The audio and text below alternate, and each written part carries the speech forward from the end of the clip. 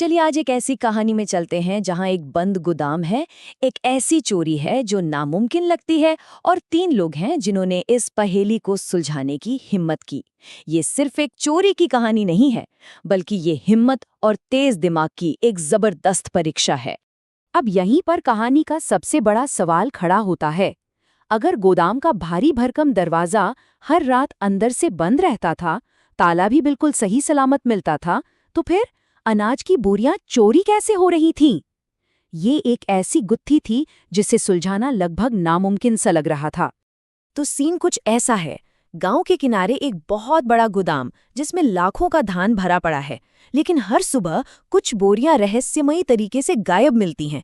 दरवाजा बंद, ताला लगा हुआ। ये किसी आम चोर का काम तो बिल्कुल नहीं लग रहा था। और हाँ, इस रहस्य को सुलझाने का इनाम भी कोई छोटा मोटा नहीं था। गोदाम के मालिक महाजन ने चोर को पकड़ने वाले के लिए रखे थे पूरे 15,000 रुपए। सोचिए, उस जमाने में ये एक बहुत बहुत बड़ी रकम थी। और यही वो वजह थी जिसने 3 पहरेदारों को इस खतरनाक काम के लिए तैयार कर दिया। तो अब मैदान में आते हैं हमारे 3 हीरो, हीरा, फकीरा और हरखू। उनके लिए ये सिर्फ एक नौकरी नहीं थी, न ही सिर्फ चोर को पकड़ने का काम था। ये जो 15,000 का इनाम था ना, ये उनके और उनके परिवार के सपनों को पूरा करने का एक सुनहरा मौका था। जैसे हरखू को देखिए, उसके लिए तो ये पैसे जिंदगी और मौत का सवाल थे। पिताजी बहुत बीमार थे और उनके इलाज के लिए पैसे बस यहीं से आ सकते थे। सही मायनों में यही उसकी हिम्मत की असली वजह थी। और फिर था हीरा, जो बस अपने बेटे का एक सपना पूरा करना चाहता था। वो चाहता था कि उसका बेटा एक बड़ा क्रिकेटर बने, लेकिन पैसे की कमी हमेशा आड़े आ जाती थी। ये इनाम उसके बेटे के भविष्य की पहली सीढ़ी बन सकता था।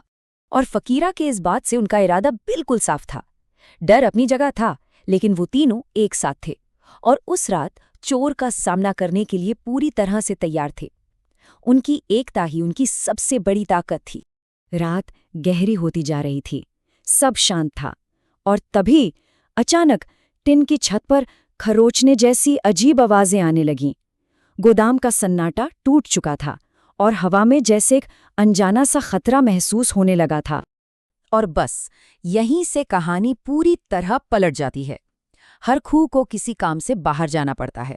हीरा दरवाजा खोलता है, हरखू अपना भाला लेकर अंधेरे में गुम हो जाता है, और हीरा वो फौरन दरवाजा वापस अंदर से बंद कर लेता है।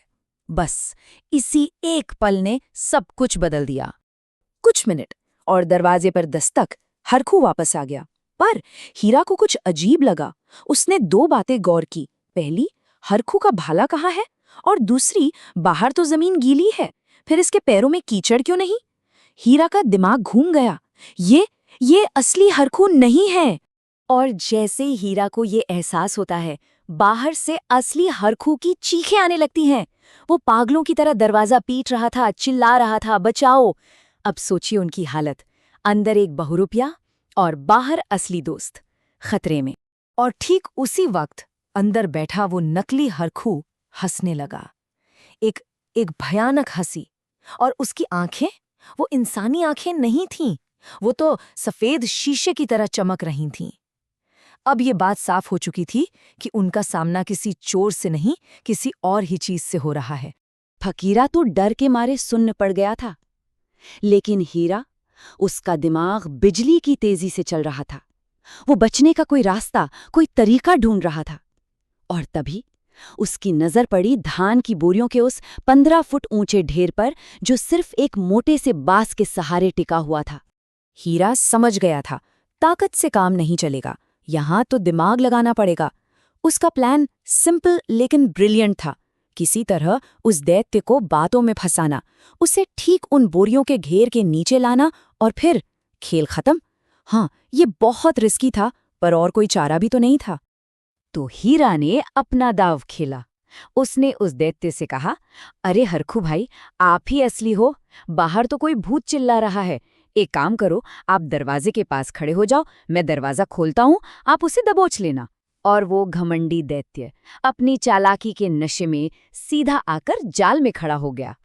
हीरा ने फकीरा का इशारा किया। दैत्य दरवाजे की तरफ पीठ करके खड़ा था, अपने शिकार के इंतजार में। और हीरा ने अपनी सांसें थामकर गिनती शुरू की। 1, 2 और फिर जोर से चिल्लाया, 3, खींच। फकीरा ने भी अपनी पूरी ताकत लगा दी। धड़ाम! हजारों किलो धान एक पहाड़ की तरह सीधा उस दैत्य के ऊपर।